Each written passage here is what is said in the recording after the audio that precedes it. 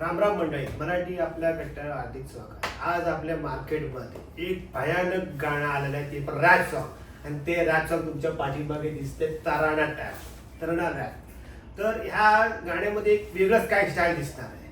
पण त्याच्या आधी आपण हे गाणं आणणारे जे आहेत ते आहे साईराज. आज तुमचे सप्तसूरमध्ये एक चांगलं नाव असतंय या संगीत विश्वामध्ये, तर तुम्ही त्याबद्दल काय सांगणार?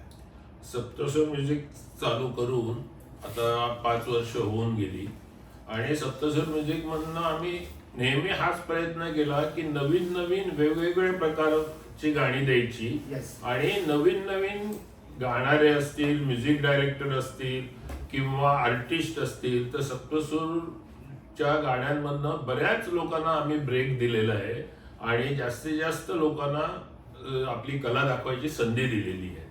आणि त्याच्यामुळे माझ्याकडे काम केलेल्या बऱ्याच आर्टिस्टना नंतर सिरियलमध्ये कामं मिळाली आहेत, गाणाऱ्यांना सिनेमाची गाणी मिळालेली आहेत. तर सप्तसूरकडनं आम्ही नेहमीच पाठिंबा देत आलोय आणि त्याच्याच बळावर आज सप्तसूर म्युझिक आमचं चालू आहे. पण सर, मला एक तुमच्या ह्या सप्तसूरच्या या म्युझिक लॉन्च ह्याच्यामध्ये मी बघतोय मी की त्याच्यामध्ये तुम्ही प्रत्येकाला नवीन नवीन गाण्यामध्ये नवीन नवीन व्यक्तीला तुम्ही एंटर करताय. त्याचं काय नाही? कारण आपण बघतो की नवीन लोकांना संधी देणारे कमी असतात. प्रत्येकाला नाव झालेली लोक पाहिजे असतात. तर जर प्रत्येकाने जर असंच वागलं तर नवीन लोकांना संधी कशी मिळणार? बरोबर. आणि सप्तसूर म्युझिक मधनं माझा हाच प्रयत्न झालाय की नवीन नवीन लोकांना संधी द्यायची. त्याच्याबरोबर चांगले जे प्रसिद्ध गायक किंवा म्युझिक डायरेक्टर आहेत किंवा आर्टिस्ट आहेत ते पण सप्तसूर म्युझिक मध्ये काम केलेलं आहे. पण पर्सेंटेज बघाल तर 20% फेमस आणि 80% नवीन कलाकारांना मी संधी दिलेली आहे आणि त्याच्यामुळे सप्तसूर म्युझिक आज सर्वकडे पसरलेलं आहे. आज तुम्ही तुमच्या याच्या सप्तसूरमध्ये एक नवीन भर आणली आहे, एक ती देव्याशी म्हणून एक तराना रॅप म्हणून. ते तुमचं कसं काही जुळलं आहे? देवांशी पहिले माझ्याकडे आलेली ते एक माझं गाणं शूट होत होतं आणि त्याच्याकरता ती असिस्टंट डायरेक्टर होती आणि सर्वेश सांडवे बरोबर पहिल्यांदा ती माझ्या ऑफिसला आली होती. आणि त्यावेळी असं बोलता बोलता मी प्रत्येक जण आलं की त्याची चौकशी करत असतो, काय करते काय नाही. मी सेंट झेवियरला कॉलेजला आहे, म्हटलं अजून काय करतेस तू? तर मी रॅप करते, मी इंटर कॉलेजिएट रॅप मध्ये मला बक्षिसं मिळालेली असं तुम्ही कुठे ना कुठे काही शोधत असतो मी नेहमी. आणि इंटर कॉलेजिएट रॅप मध्ये मला बक्षिसं मिळालेली आहे. तर मी म्हटलं ऐकतो एखादं तुझं. मग तिने मला एक छोटं ऐकवलं. म्हटलं चांगलं आहे तुझ्याकडे कला, तुझ्यावर आपण एक रॅप करूया. पण त्याच्यानंतर पण ती एक्झाम मध्ये बिझी होती, राहिलं. नंतर परत तिला असं काही कारणाने बोलवण्यात आलं आमच्या टीम कडनं. त्यांनी पण तिला इंस्टावरनं बघून बोलवलं. म्हणजे त्यांना माहित नव्हतं की ही आधी मला भेटून गेलेली आहे.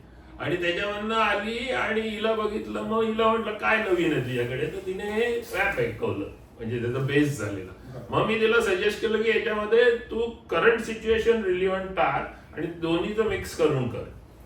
आणि त्याच्यामधनं हे तराना ट्रॅप तयार झालं. या तराना रॅप मध्ये आपण आता जातोय देवांशीकडे. देवांशी, आज तुझं चांगलं पदार्पण झालं या गाण्यामध्ये. अनेक संगीत क्षेत्रामध्ये तू आलीस, पण या संगीत क्षेत्रामध्ये येताना तू एक रॅप पण आणला, तुझं एक कथकली टाईप तुझं गाणं पण त्याच्यामध्ये आलेलं दिसतंय. तर त्याच्या संदर्भात तू काय सांग? सो मुळात जसं सर म्हणाले की सरांनी पहिल्याच कॉन्व्हर्सेशन मध्ये त्यांनी ओळखलेलं की आपण हिच्यासोबत काम करू शकतो, हिच्यामध्ये ती कला आहे. आणि माझेच जे 2 पार्ट्स आहेत की क्लासिकल डान्सर झाली आणि एक रॅपर, तर ते दोन्हीचा मिलाप करून हे गाणं रेडी केलं आम्ही. तर तराणा क्लासिकल बंदिश आहे एक आणि ट्रॅप म्हणजे त्यात रॅप आला. बरोबर. सो ते दोन्हीचं मिक्स करून आम्ही सप्तसूरच्या टीमनी आणि मी मिळून हे गाणं तयार केलं बरोबर.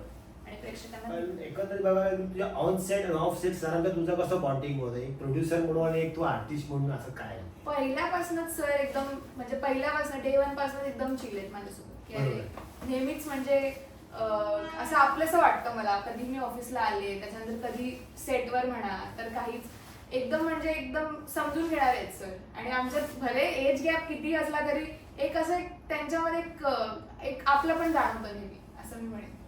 पण आता जेव्हा तुझं स्वतःचं गाणं जेव्हा आज युट्यूबवरती गाजतंय एकंदरीत, तर तू ह्या गाण्याच्या मागे तू कोणाला इन्स्पायर करणार?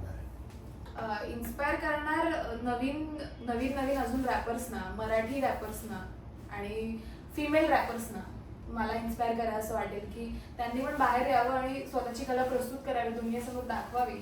त्याचबरोबर तुम्ही नवीन आहात म्हणून तुम्ही केपेबल नाही आहात हे जे आहे ते मला बदलायचंय. मी पण नवीनच होते आणि माझं पहिलंच गाणं हिट झालेलं आहे.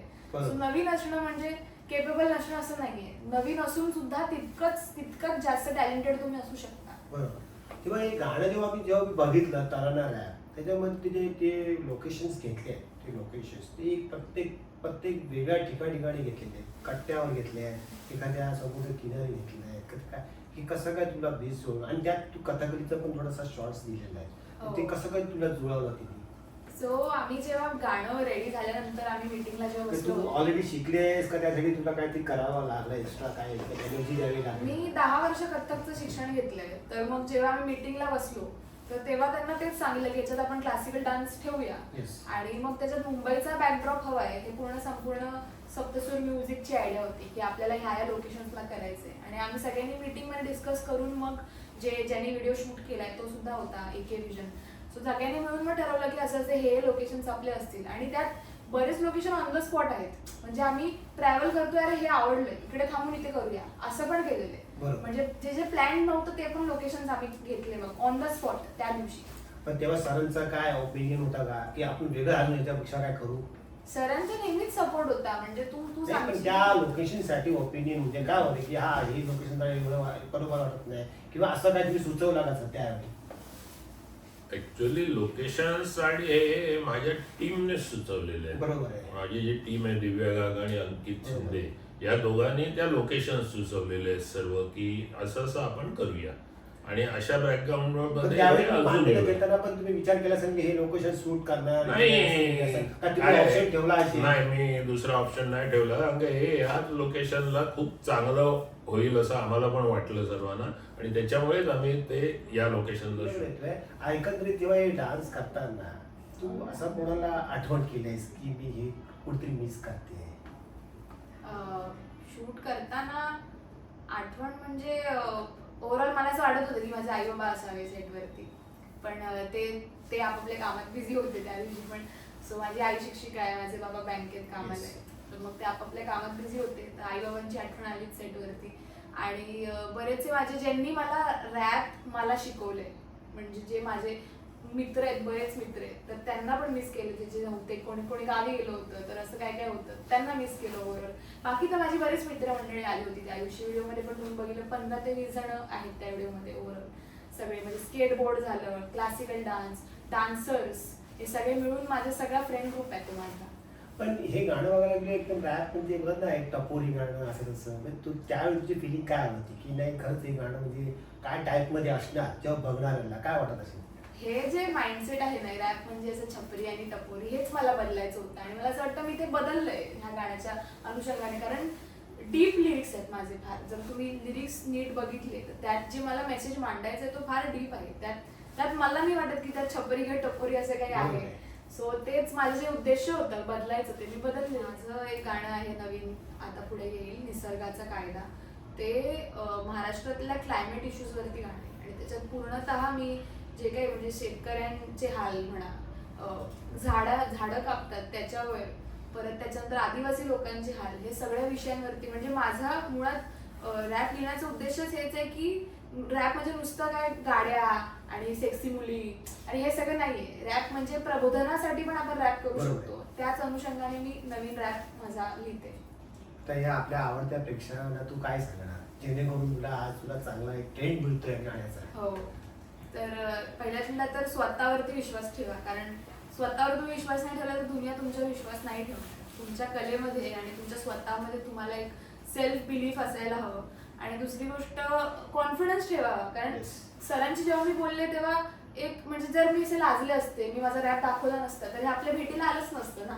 आपण जिथेही जातो तिथे आपण काय करतो, आपली स्पेशालिटी काय आहे हे लोकांशी दाखवून बोलावं. आणि तेव्हाच लोकांना कळू शकतं की तुम्ही काय करण्याच्या केपेबल आहात. ओव्हरऑल अशा प्रोड्युसरची खरं तर इंडस्ट्रीमध्ये फार गरज आहे, जे नवीन लोकांना वाव देतात आणि प्लॅटफॉर्म देतात. त्याच्यामुळे त्यांच्या नवीन नवीन गाणी तुम्ही नक्कीच जाऊन ऐका. आणि देवांची पण नवीन गाणी, प्लस मराठी आपला कट्टा हे जे चॅनल आहे ते पण नवीन गोष्टींना वाव देत असतं. सो त्याला सपोर्ट असाच एक कट्टा तयार व्हावा. तर हो जाऊ दे आपला एक गाणं त्या कट्ट्यावरती. करूया समाटाला शाउट आउट द्यायलाच पाहिजे त्याने मराठी रॅपचा सीन वर काढला तांबडी चांबडी चमकली दुनियाभरात बोंबला रॅप राणी संपेल तिचा वर्ष पहिला माझं बोलणं 72 शब्द फक्त 70 तुझी नाही हरकत तर भावना भरभर माझ्या निघतात सर्व मत मांडण्यात तर्क झाली मी तर ऐकूनच खेळ रे मर्द हा. तर मंडळी ऐकलं ना आपला ताजला रॅप. मग अशा पद्धतीने अशीच गाणं ऐकण्यासाठी तुम्ही आमच्या चॅनलवरती या आणि सबस्क्राईब करा.